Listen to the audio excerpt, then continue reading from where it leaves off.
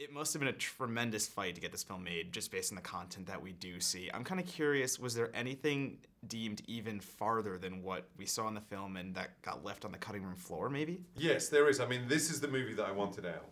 Okay. So, but we did shoot more extreme stuff, mainly because I knew there was going to be a fight with the Motion Picture Association. So I submitted 9-minute, very, very extreme versions of scenes. Okay. Knowing that I would get it down to about 3 minutes eventually. And the fight was about some of the most, you should have a look at some of the emails, which hopefully somebody hacks into my account and gets some of them.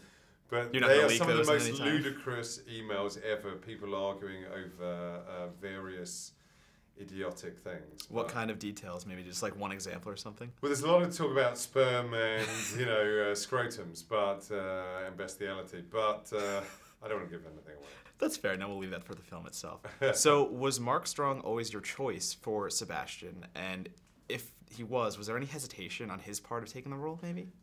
You know what? The studio wanted a few people to play the role, okay. And I saw him in this advert where he was next to Ben Kingsley and a few other great British actors. I saw him, I go like, that's the guy. And I saw him in the evening. I ended up getting on a plane at 2 in the morning and flew to England and auditioned with him the next morning. And I wanted to check to see whether he could improv. Yes. Because the stuff that we do is, half improv. We write it, but it's half improv as well. So, and he was amazing. He was like a brilliant improviser. And then we got on to set, hired him. And I go, right, we've done the few versions of the scripted scene. Let's improv now. Mm-hmm. He goes, I can't improv. I go, no, you're a brilliant improviser. He goes, no. I go, the audition, you were incredible. And he goes, no, I wasn't improvising. I just didn't have the script. So, it was tough. For him, he had to completely let go. He's an incredible actor. He's like one of the best guys in our generation. Absolutely. He's completely real and authentic. And about 3/4 of the way through filming, he said to me, listen, I'm just being humiliated in every scene. I go, yeah, obviously, that's the script, man. But really, he's the guy, when I was making this film, I wanted it to be a legitimate action film. I didn't want it to be a spoof. I wanted it to kind of be Borat meets Bond.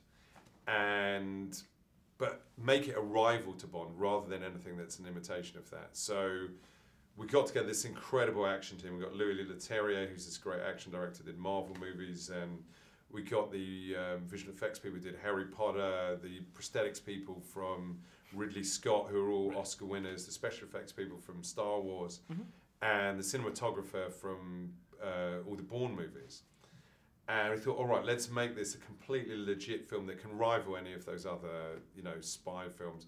And let's make him actually something real. Like, Bond's actually a vestige from the past, and the Bonds don't actually exist. The real guys are these sort of government assassins who work in little groups and end up getting rid of, rivals to the state. So that's what we did, and he was the perfect guy to play that.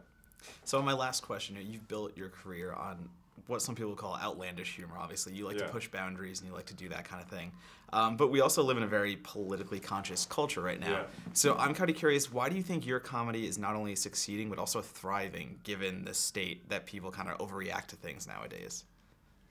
Well, there's a lot of thought in the comedy. So if I'm in with, my other writing partners, then we come up with an idea and then we discuss whether it's the ethical thing to do. Mm-hmm. So you don't want to just come up with an idea that is incredibly offensive for the sake of it or is bolstering preconceived stereotypes, So, Donald Trump is doing that and he's doing very well from it, but he's doing it for nefarious ends. Our idea, the aim of all the movies is to get people to laugh hysterically, and to laugh like they've never laughed before. Yeah.